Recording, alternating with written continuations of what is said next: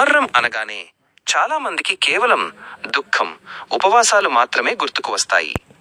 కానీ మన తెలుగు రాష్ట్రాల పల్లెల్లోకి అడుగు పెడితే అదే మొహర్రం ఒక అద్భుతమైన, రంగులమయమైన పీర్ల పండుగగా మారుతుంది. అసలు ఈ పండుగ వెనుక ఉన్న చరిత్ర ఏమిటి? మన పల్లెల్లో ఇది ఎందుకు ఇంత ఘనంగా జరుగుతుంది అన్నది ఈరోజు తెలుసుకుందాం.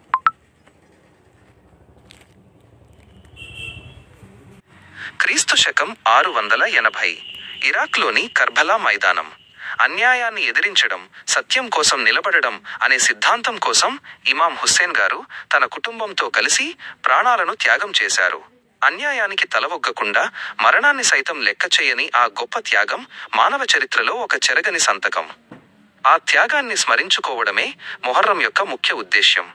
అయితే ఈ చరిత్ర భారతదేశానికి వచ్చేసరికి ఒక గొప్ప సామాజిక వేడుకగా రూపాంతరం చెందింది. దీనినే మనం పీర్ల పండుగ అని పిలుచుకుంటాం. పీర్లు అంటే పర్షియన్ భాషలో పెద్దలు లేదా మార్గదర్శకులు అని అర్థం. ఇమాం హుస్సేన్ గారిని గౌరవప్రదంగా స్మరించుకునే చిహ్నాలే ఈ పీర్లు. మన తెలుగు పల్లెల్లో హిందూ, ముస్లిం అనే తేడా లేకుండా ప్రజలందరూ కలిసి ఈ పండుగను ఎందుకు చేసుకుంటారు అనేది అతి పెద్ద ప్రశ్న. దానికి సమాధానం మానవత్వం. ఇక్కడ పండుగ అంటే కేవలం మతపరమైన ఆచారం మాత్రమే కాదు, ఇది ఒక సామాజిక సమైక్యతకు ప్రతీక. చాలా గ్రామాల్లో ప్రజలు తమ కష్టాలు తీరాలని, ఇంట్లో సుఖశాంతులు ఉండాలని పీర్ల వద్ద మొక్కుకుంటారు. తమ కోర్కెలు తీరిన తరువాత భక్తి శ్రద్ధలతో పీర్లను ఊరేగిస్తారు.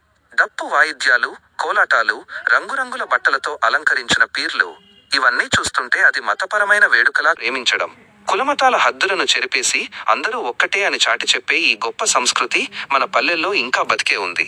చరిత్రలో జరిగిన ఆ త్యాగాన్ని గౌరవిస్తూ నేటి కాలంలో మనందరి మధ్య ఉండాల్సిన ఐక్యతను ఈ పీర్ల పండుగ మనకు గుర్తు చేస్తోంది.